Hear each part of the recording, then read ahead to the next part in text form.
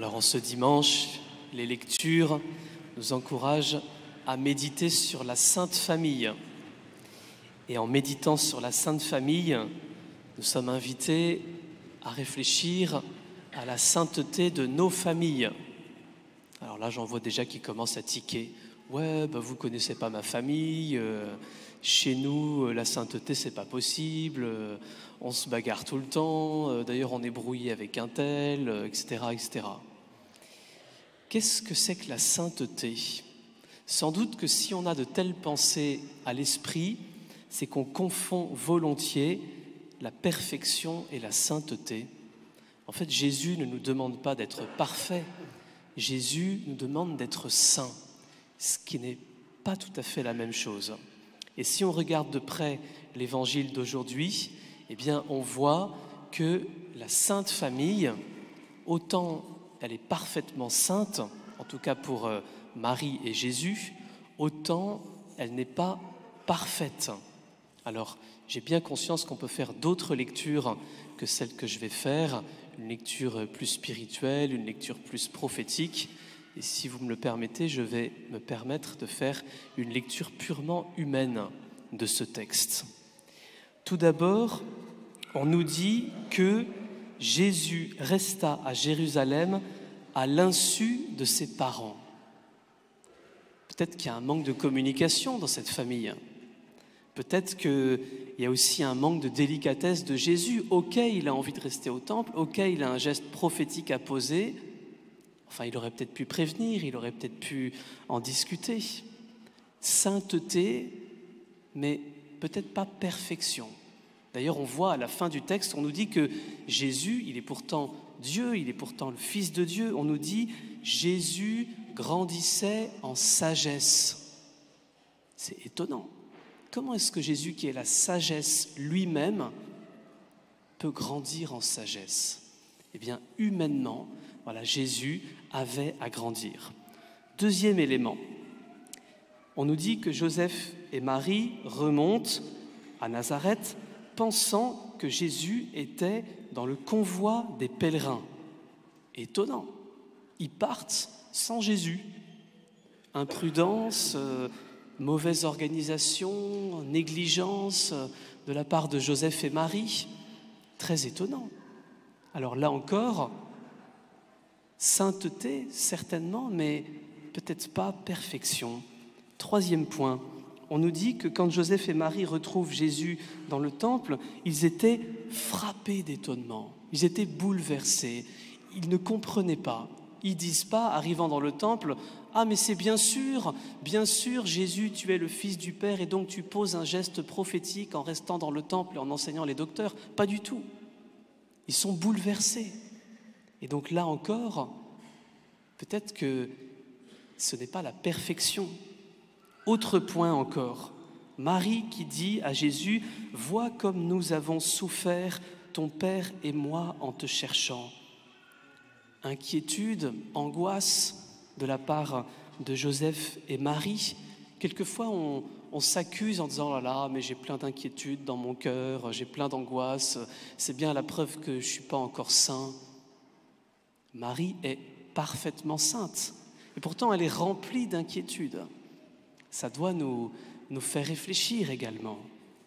Autre point, Jésus. Il est parti pendant 3 jours, il voit ses parents qui sont morts d'inquiétude. Quelle est sa première phrase ? « Comment se fait-il que vous m'ayez cherché ?» Franchement, il y a plus délicat comme phrase. Peut-être qu'il aurait pu dire « je vous demande pardon, j'ai senti l'appel du Père dans mon cœur à rester dans le temple, voilà, j'aurais dû vous en parler. » Non, pas du tout. « Comment se fait-il que vous m'ayez cherché ?» Peut-être un petit manque de délicatesse. Et puis dernier point, Joseph et Marie ne comprirent pas ce qu'il leur disait. Voilà, le plan de Dieu reste pour une part opaque à Joseph et Marie. Pourtant saint, et Marie, pourtant la très sainte. Alors, voyez, frères et sœurs, souvent je pense que nos propres tristesses par rapport à notre progrès sont pour une bonne part, pour une part significative, je pense, une confusion entre sainteté et perfection. Par contre, la Sainte Famille est authentiquement sainte. Qu'est-ce qui nous permet de le dire dans ce texte? Tout d'abord, Jésus, comme Marie en particulier, savent reconnaître leurs torts, savent grandir, savent se remettre en question. Qu'est-ce qui me permet de dire cela? On nous dit que quand Jésus remonta à Nazareth avec eux, il leur était soumis. Ce qui manifeste bien qu'avant, il ne leur était pas totalement soumis. La preuve, c'est qu'il était resté à Jérusalem sans leur en parler. Et donc, comme on nous le dit juste après, Jésus a grandi en sagesse, en taille et en grâce. Il a accepté la leçon, il s'est remis en cause. Et pareil pour Marie. Marie, on nous dit, comme on sait qu'elle n'a pas compris, c'est dit à plusieurs fois dans ce texte, elle gardait dans son cœur tous ces événements, parce qu'elle sent qu'il y a quelque chose à comprendre, parce qu'elle sent qu'il y a eu un progrès à désirer et une marche à franchir. Et donc peut-être que ça peut être un point pour nous, pour nos familles. Voilà, frères et sœurs, ne nous inquiétons pas dans nos familles de notre mauvaise organisation, de nos négligences, de nos incompréhensions, de notre inquiétude, de nos angoisses, de nos manques de délicatesse.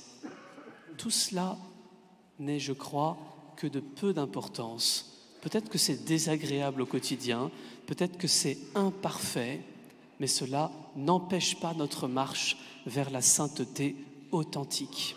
Jésus ne nous appelle pas à être parfaits, il nous appelle à être saints. L'autre point décisif de la sainteté de la Sainte Famille, eh bien, c'est qu'ils mettent Dieu en premier, justement. Ils mettent Dieu en premier. C'est bien ce qu'on voit évidemment dans la figure de Jésus qui reste au temple parce qu'il met Dieu en premier. C'est également ce que nous voyons de Marie quand on nous dit « Marie gardait dans son cœur tous ces événements ». Dans la Bible, le cœur, c'est le lieu de la présence de Dieu. Et donc, Marie relie avec Dieu ces événements. Elle dit, mais Seigneur, je n'ai pas compris pourquoi il y a eu ça. Je ne comprends pas bien la vocation de Jésus. Je ne comprends pas bien qu'est-ce que tu attends de moi. Eh bien, Marie confie à Dieu tout cela. Et Jésus, également, mystérieusement, il est le Fils de Dieu. Et on nous dit à la fin qu'il grandissait en sagesse, en taille et en grâce devant Dieu et devant les hommes. Et donc sans doute que l'autre élément pour la sainteté de nos familles, eh bien, c'est d'oser sans cesse tout remettre à Dieu. Peut-être qu'il y a de l'incompréhension, Seigneur, je te remets ça. Peut-être qu'il y a de l'angoisse ou de l'inquiétude sur le chemin de l'un ou l'autre, Seigneur, je te remets ça. Peut-être qu'il y a de la négligence, peut-être qu'il y a des manques de délicatesse, Seigneur, je te remets ça. Passe d'abord, sois le premier dans notre vie. Je suis très marqué quand je passe dans des familles de voir que Dieu est présent, non pas comme un moment de la journée, on mange, on s'amuse, on fait des activités, et puis à un autre moment on prie, mais de voir quand Dieu est présent comme une personne vivante au milieu des activités. Quand on sait dire, voilà, on parle du travail, on a des difficultés, on a des questions, mais on remet ça à Dieu, Seigneur, on te confie ça, on sait que c'est toi qui vas en prendre soin. Ça, c'est magnifique. Ça manifeste que Dieu est vivant, que Dieu est présent, que Dieu est premier dans notre famille. Alors, frères et sœurs, peut-être osons en ce jour où nous sommes invités à confier nos familles à Dieu, osons renoncer humblement à nos désirs de perfection. Oui, notre famille n'est pas la famille parfaite. S'il y en a une dans l'assemblée, vous viendrez me voir, je serai très heureux de venir manger chez vous. Oui, notre famille n'est pas la famille parfaite. Il y a plein de choses qui dysfonctionnent, mais ça tombe bien, on n'est pas appelé à la perfection.